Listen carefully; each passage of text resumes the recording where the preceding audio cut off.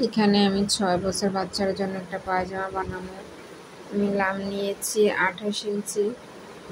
এখন মাপ দিয়ে নিতেছি, 28 ইঞ্চির মধ্যে মাপ দিয়ে নিতেছি। এখানে আমি সেলাইয়ের জন্য এক্সট্রা যে কাপড়টা নিব এটা সেলাই দিলাম। আমি এটা বানাবো প্যান্ট পায়জামাতে। সাইডে কাপড় সেলাই দেওয়ার জন্য 1/2 ইঞ্চি করে কাপড় দাগ টেনে নিলাম। এখন আমি পায়জামার মাপ দিব। আমি পায়জামার হাই নিয়েছি 11 ইঞ্চি। এখন আমি একটা দাগ টেনে নিতেছি মাপের জন্য। আমি রাবার 11 নিব। এখানে 11 ইঞ্চি, নিচে নিলাম 11.5 ইঞ্চি। আমি এখন এটা দাগ দিয়ে নিতেছি। দাগ দিয়ে নিয়ে এখন আমি এটা সোজা করে একটা দাগ টেনে নিতেছি, যেহেতু রাউন্ড করে দাগটা দেওয়া যায়। আমি রাউন্ড করে দাগটা দিয়ে নিলাম। এখন পায়ের মাপ, আমি পায়ের মাপ দিব 5.5 ইঞ্চি। এটা যেতে একটু চাপা পায়জামা হবে। এখন আমি পায়জামাটা কেটে নিচ্ছি। এখন আমি মাপ যেভাবে দাগ দিয়েছি সেই দাগের উপরে আমি এখন পুরো পায়জামাটা কেটে নেব।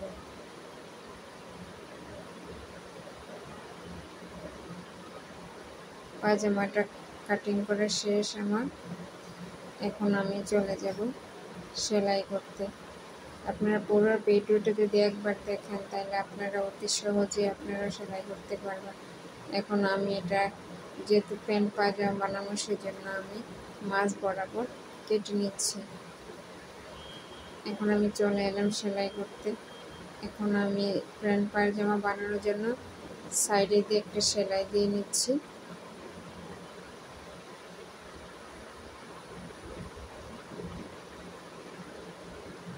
আমার সেলাই দেওয়া শেষ। এখন আমি ওপরে একটা চাপ সেলাই দিয়ে নেব।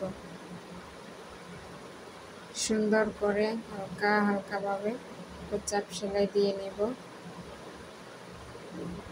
টানা যাবে না।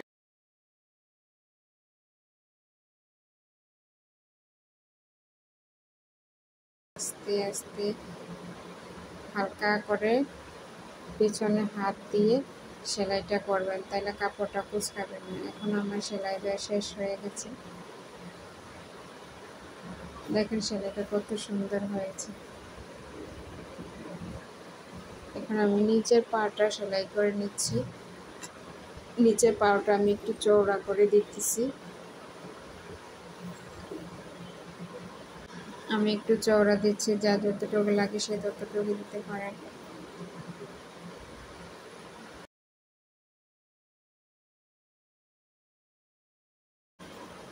আমি এখানে 2টা পায়জামার একসাথে করে সেলাই দিয়ে নিচ্ছি। সবগুলোই সেলাই দিব না, আপনারা আস্তে আস্তে, যেহেতু কাপড় টানবেন না, কাপড় টানলে কাপড় কুঁচকে যেতে পারে। আমার এখানে সেলাই দেওয়া শেষ। এখন আমি 2টা পা একসাথে করে সেলাই দিয়ে নিচ্ছি। দেখুন কিভাবে সেলাই দিচ্ছি। সেলাইগুলো আপনারা আস্তে আস্তে দেবেন, না হয় কাপড় ছোট বড় হয়ে যেতে পারে।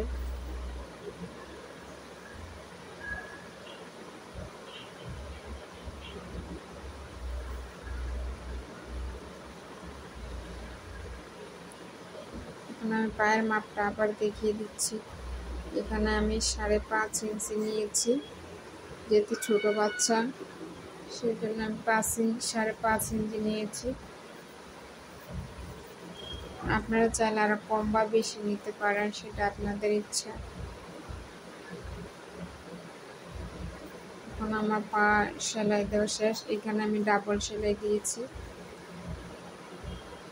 এখন আমি রাবার লাগানোর জন্য উপরে একটা সেলাই দিয়ে নিচ্ছি। আমি রাবার নিচ্ছি 22 ইঞ্চি।